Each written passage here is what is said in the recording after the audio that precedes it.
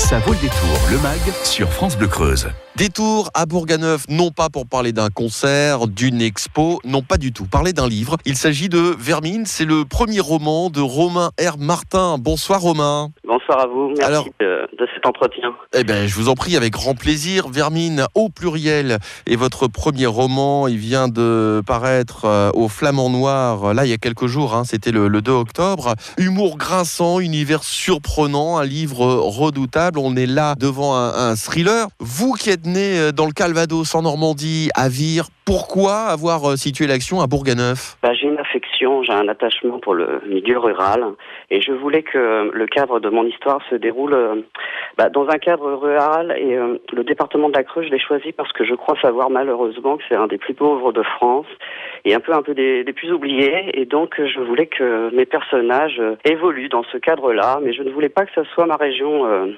natale. Alors c'est à la fois un thriller campagnard, un recueil de pensées, c'est aussi une comédie burlesque. Il y a comme ça plusieurs ambiances dans ce premier roman. C'est l'histoire d'Arnaud Vallot, un jeune taxidermiste asocial, cynique, dites donc, plutôt bien servi, mais qui impose le respect par sa verve et sa mauvaise foi. Ouais, tout à fait. J'ai voulu dépeindre, si vous voulez, un personnage qui serait fascinant de suivre en ayant un petit peu une honte. Voilà, en fait, je voulais un personnage qui soit attachant, mais par son côté salaud, voilà. C'est vraiment quelqu'un, on n'a pas envie de l'avoir comme ami, il est détestable sur plusieurs points, mais dans le cadre de la fiction, il en devient attachant. Alors il est accompagné, Arnaud Vallot, de Pascalin. Alors lui, c'est le brave type, je veux pas dire que c'est l'idiot du village, mais enfin c'est le brave type du village, quoi. Oui, alors Pascalin, lui, si vous voulez, c'est le personnage c'est le côté ping-pong entre les deux. C'est qu'il y en a un d'un côté qui est machiavélique, et Pascalin, c'est le personnage naïf. J'ai essayé qu'on s'y attache, si vous voulez. Il a un côté très naïf, très très enfant. Il suit malgré lui son mentor qui est Arnaud. C'est un petit peu l'homme de main quelque part d'Arnaud Vallot, quoi. Tout à fait. C'est son homme de main. Et il l'écoute, il le suit.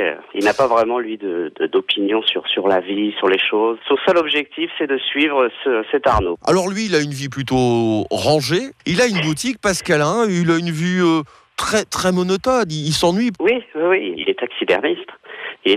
Donc déjà, j'ai essayé de trouver un métier qui sorte de l'ordinaire. Tous les deux, Arnaud et Pascalin, sont taxidermistes ? Voilà, ils tiennent une boutique dans Bourganeuf.